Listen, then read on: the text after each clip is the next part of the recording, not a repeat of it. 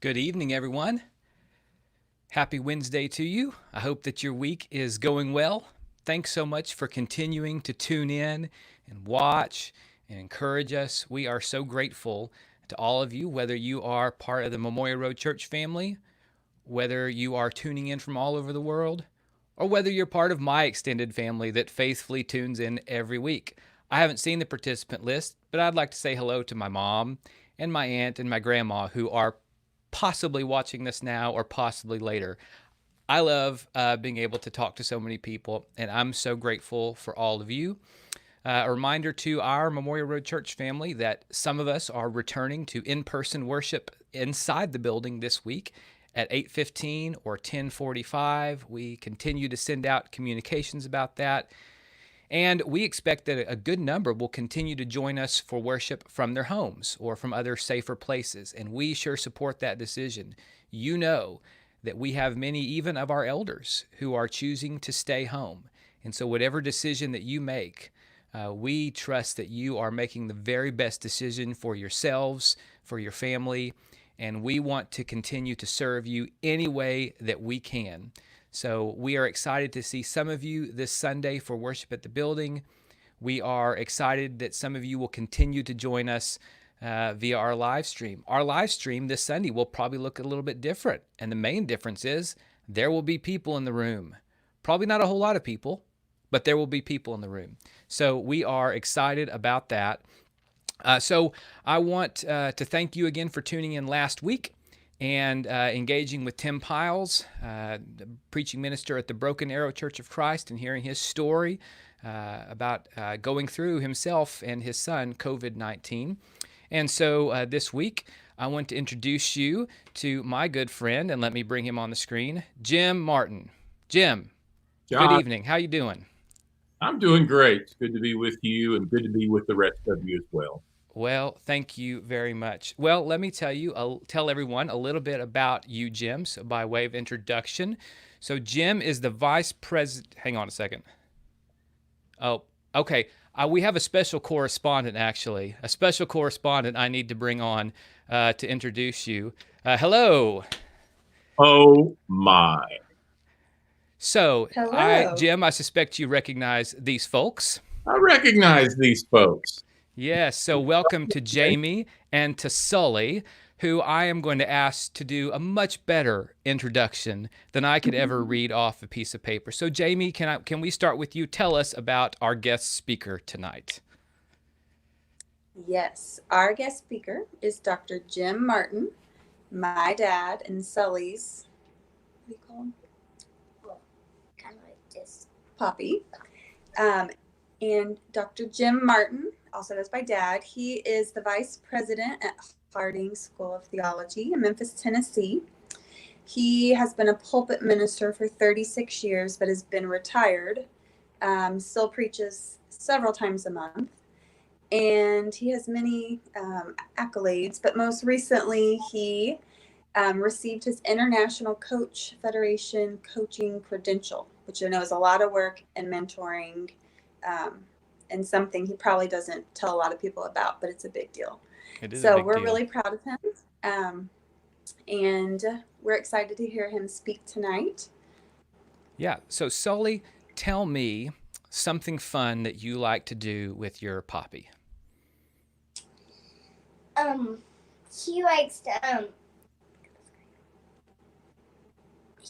to get cinnamon and put it on any ice cream or Cinnamon stuff ice like cream that. sounds good. Does he ever like to wrestle with you? Yeah. He does? Why? Yeah. Now, Sully, I know that you have a new person in your family. Can you tell me the name of the new person in your family? Yeah. Her name is Elsie. Yeah. What do you think of your baby sister? Well, I'm thankful for God that gives us Elsie. Yep. Well, Yeah, I heard a lot about you, and I've heard a lot about Elsie, and I've heard a lot about others in your family. So thank you, Jamie. Thank you, Sully, for telling us the important things about our guest speaker tonight, and we'll leave you with that, and you can watch our live stream from now on. So thanks for coming on. Jim, do you want to tell them bye? You made my night. Sully, you did a great job. Thank you. And thank you, Jamie. Puppy. Bye, y'all. Introducing my puppy. You did a great job introducing your poppy. Thank you, Sully. Thank you, Jamie, for making this work. I sure appreciate it. Thank you. All right. We'll see y'all later. It's just so mean to ambush people that way, isn't it, Jim? You made my night, man. Pretty fun, huh? Yeah, that's pretty fun. Yeah. Now, I do, but before we get into our content, though, now we've talked all these great things about you, Jim, but people from Memorial Road may not know your role in one of our favorite moments in our congregation's history. So I thought I'd just play them about 30 to 45 seconds of something you were responsible for.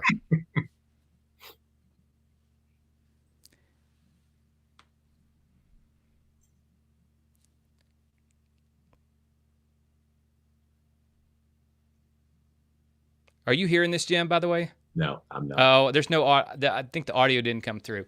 Well, Memorial Road people, you have seen this video, and this video is of one of our former staff members who's now the Dean of Spiritual Life at Oklahoma Christian University getting punked. And by getting punked, we mean that my friend and coworker Andy Lashley set up a fake wedding that was full of awkwardness to put him in a bad spot. And you, Jim, were the one who convinced Jeff to do it. So let's be clear, everyone. Jim's a good guy, but he's not above really nefarious behavior when it comes to a good prank. Oh, I just hope Jeff's still speaking. He is, although I don't know if he speaks of you kindly. I'm not sure about that. I don't know how that goes. I've done a lot of weddings. This is one I've heard more about than any other wedding. I bet it is. If, probably later, I'm going to drop a link to that YouTube video in the comments so people who are watching tonight can go and see what you did. Well, Jim, so let's talk for a minute. Let's just talk about life for a minute, and then after a bit, I'll turn the screen over to you. But just tell us about what life has been like, your role at Harding School of Theology, your role as an encourager and coach to ministers and other. What have things been like the past 3 months? Well, last 3 months, I've been working from home, and I mean, it was just like a regular work day. In a lot of ways, I'd be on the phone or on Zoom all day long. It was strange. Our students, all of our classes are available by way of Zoom, and so the classes and the teachers never stopped. But the staff, administration, we had to adjust a lot. And so Charlotte and I were here at our house by ourselves, and we take walks every day, and that we've never experienced a time, as most people haven't, where we were together so much. Right. So that's kind of life, and then a lot of Zoom meetings and a lot of preaching by watching a little green dot as I was speaking, and anyway, doing that kind of thing. So what's your assessment so far of the quick pivot to online learning? You mean in terms of congregations, or? Well, even at Harding School of Theology, like what's the general consensus among the faculty there as to, how this has gone? Well, we've been doing this now for a little over 3 years, and what the difference, what has gone so well is these classes are live and they're available by way of Zoom. And so the faculty can actually see on their screen students from all over the country and even other places in the world. And so while they've had to make a lot of adjustments, it's not like the old online where you're just kind of looking at text on screen. You're seeing real life human beings. And so that part has been good, and it's made graduate theological education a lot more accessible to people who otherwise wouldn't have the opportunity. That's right. So if you were still, and you're so connected to ministers, Jim, and you're such an encourager of them, if you were still in full-time congregational ministry, I think what you do is full-time and it's ministry, but let's just use the terms like most people use them. If you were still in full-time congregational ministry, what are some of the questions that you'd be asking right now, or what would you be thinking about if you were still in full-time church ministry? Well, a couple of things, I guess. the biggest thing I would be thinking about is, how am I showing up before this church? Right now, I preach for a church that's, I'm there once a month. It's half African American, half white. Been doing that 4 years. And so I do think about this once a month. But that's the big thing, is how am I showing up? Because I cannot control the emotions of several hundred or several or 1,000 people. I can't control anybody's emotions. I cannot control their thinking. I can control how I show up. Mm-hmm. And so I want to pay attention to my attempt to be a less anxious presence or a calm presence, because people think more clearly when they're around someone who is attempting to be calm. And so that's where I would be front and center, is pay attention to those kind of things, Josh. Yeah. You have facilitated a lot of Zoom meetings with different ministers. You're very plugged in.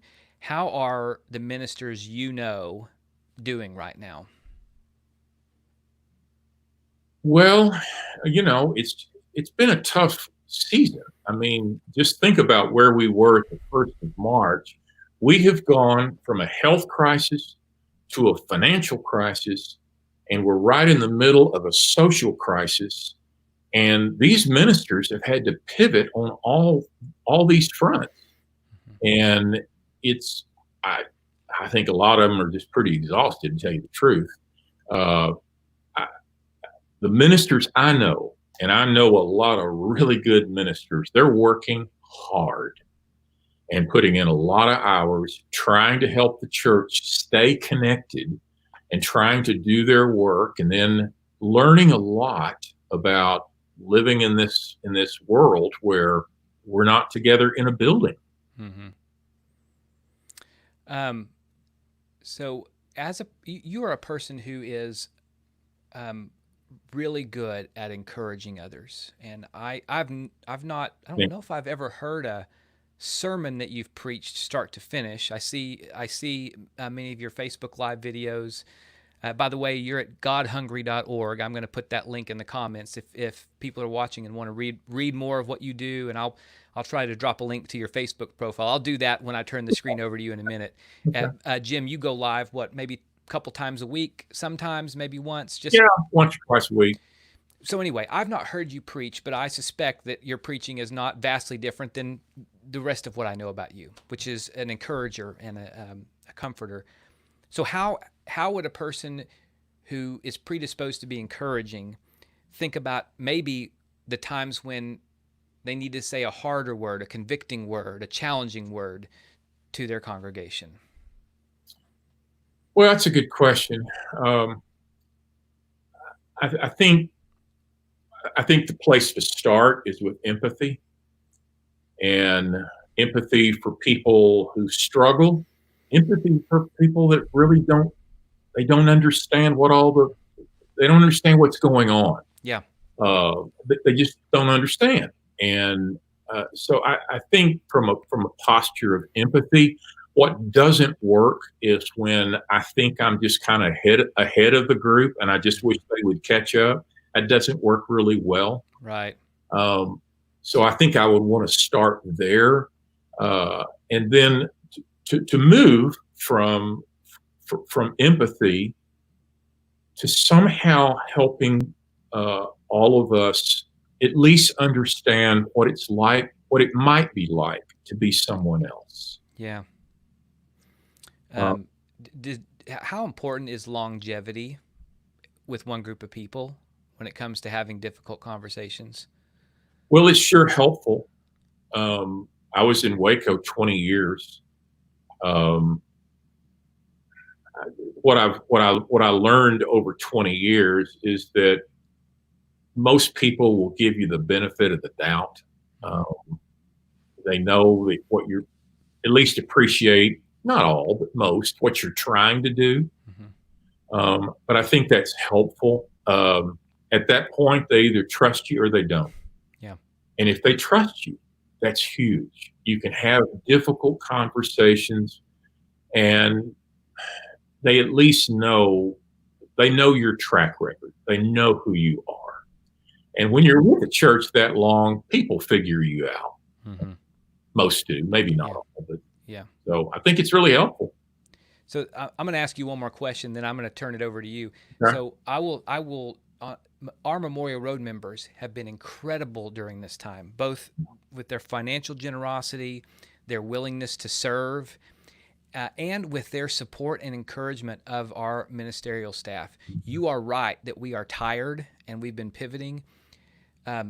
Our members have been so encouraging, writing us notes, thanking us for all the streams. So I'm going to ask you a question, and it's not a veiled attempt to get you to tell our members to do anything, because they are. But there are lots of other people watching from other congregations. What are a couple things they could do for their minister right now?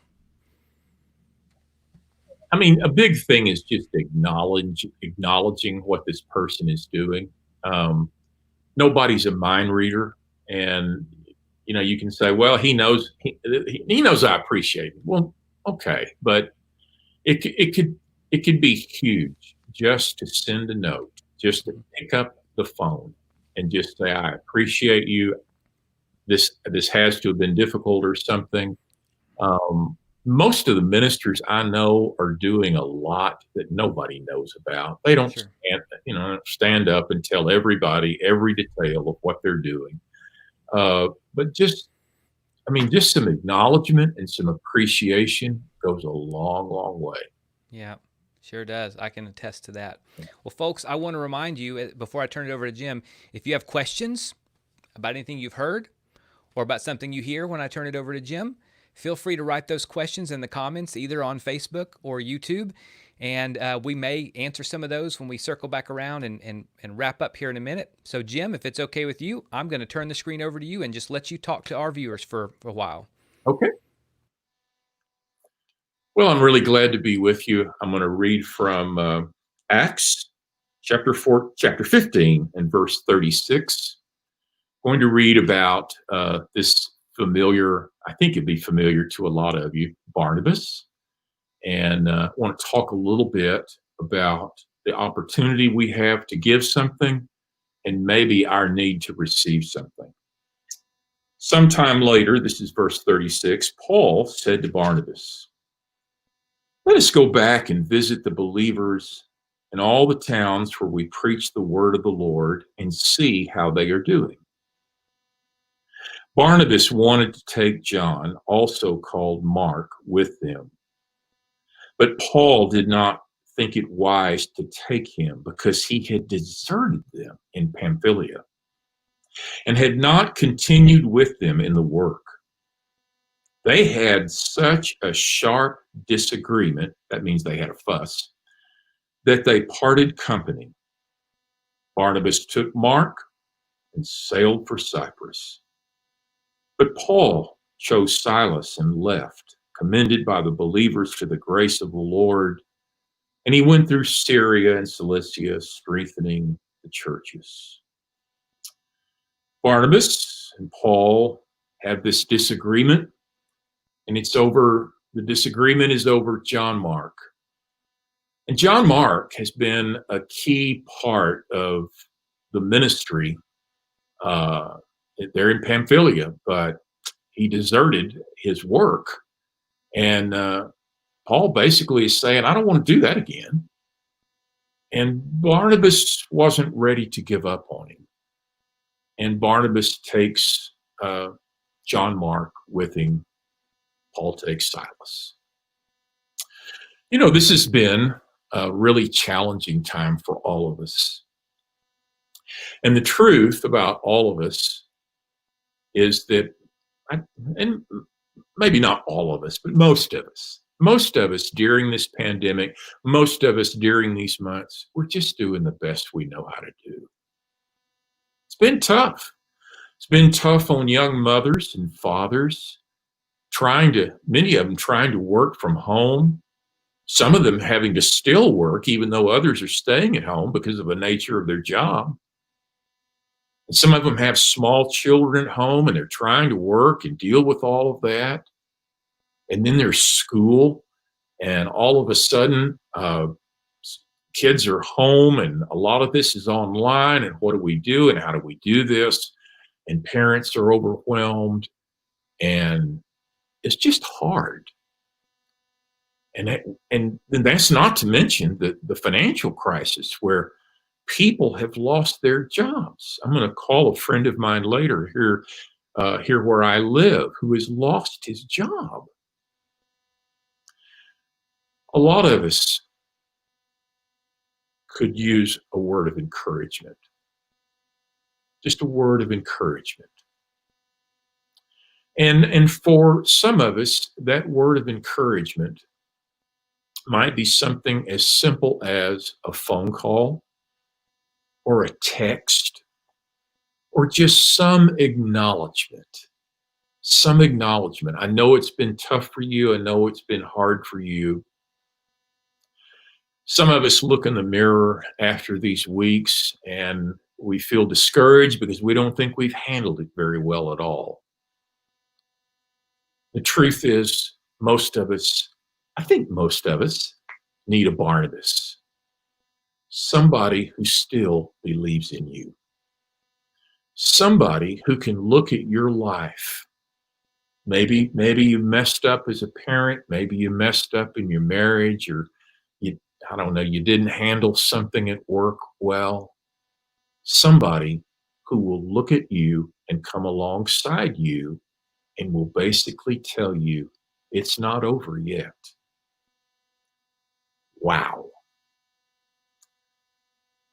That means the world to people. I have a friend of mine. He said he came home from work one day. This is a number of years ago. His oldest son at that time was very young, and he said, I pulled up in the driveway, and my oldest son, a young boy, had a hammer in his hand, nail in the other, and he was building a doghouse. My friend said, I was sitting in the car, I looked at that doghouse, I jumped out of the car, and my boy was looking at me, and he said, I started talking. I said, now, son, that doghouse, that roof, the way you've got that roof, it's not going to work when it starts to rain, because what you're going to have to do. And he said, I went into all this elaboration. Then I started talking to him about the floor of the doghouse. And then I started talking to him about how there needed to be a ridge so that the dog didn't get soaked whenever it would be raining. And I went on and on. And he said, finally, my son looked at me and said, Daddy, this is the first time I've ever tried to build a doghouse. And my friend said, I thought, oh my goodness, what have I done? The truth is, a lot of us are just doing the best we know how to do. But it means the world when somebody, instead of critiquing us, will just say thank you or good job, or I appreciate so much what you did. That's huge. And some of us may not only need encouragement, but some of us may need to be giving some encouragement. This works both ways. I love to receive encouragement, but I also have an opportunity most every day to give encouragement. And I want to encourage you, and I'm going to wrap this up. I want to encourage you to be on the lookout for people whom God puts in your path, for whom a word from you could mean the world.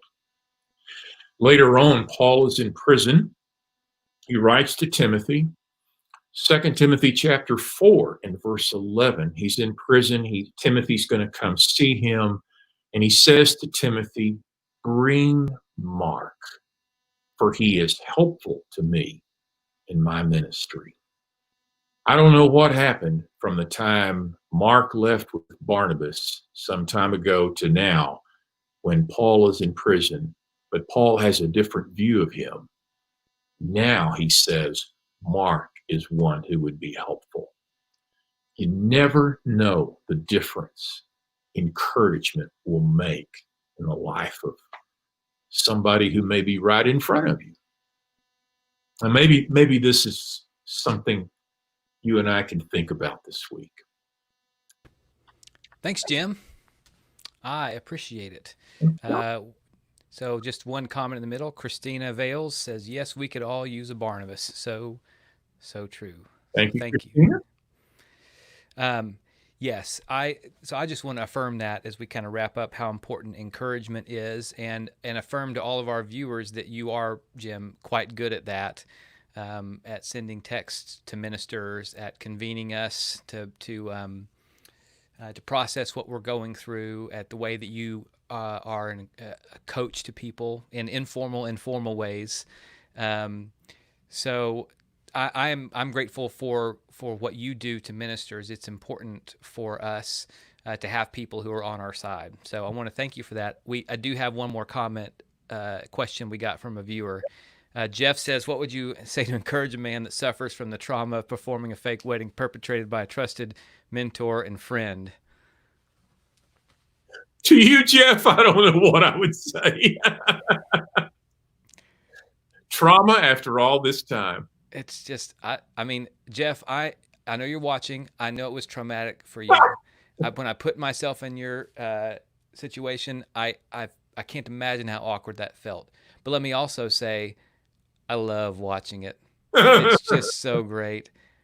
Those videos, the moment when you realize you've been had is pretty great. So, Jim, I'm very grateful that you were with us tonight. I want to remind everyone, and I put these in the comments, your website where you blog is godhungry.org. People can add you, I assume, on Facebook. You're happy to add friends on Facebook and follow your live videos. Or if you're a person on Twitter, you can follow Jim on Twitter as well and just hear some encouraging words. Not just when we talk shop at the beginning a little bit, but Jim doesn't write and blog and speak just for ministers. He does it for, as you would say, Jim, everyday church members. And so I want to affirm what a blessing you are to many.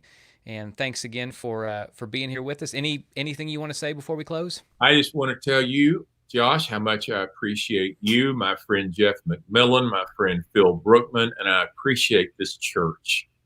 You are doing an important work. Well, thank you very much. Let me close us with prayer, and then we'll be finished for the night.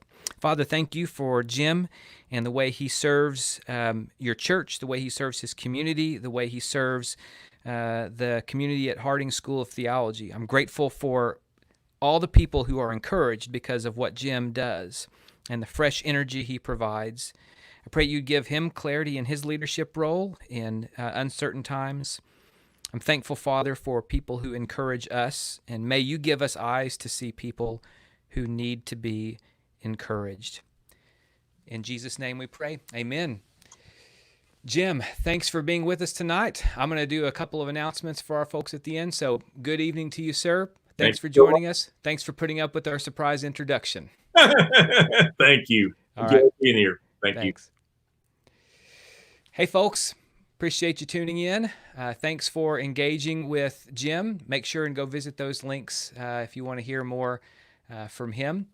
Next week, we will have my friend Jeremy Beller. Jeremy is the congregational minister down the road from us at the Wilshire Church of Christ. Jeremy's been there quite a while, serves that church well. I'm grateful for his steadfast service to Wilshire and the community around there. So we'll be back here next week, 7 p.m. on our YouTube and Facebook channels. And again, I look forward to seeing some of you this Sunday for in-person worship. And for those of you who are going to be continuing to worship from home, we are so grateful for that. And we look forward to being able to participate in worship together wherever we are. We hope that you have a great week. May God bless you.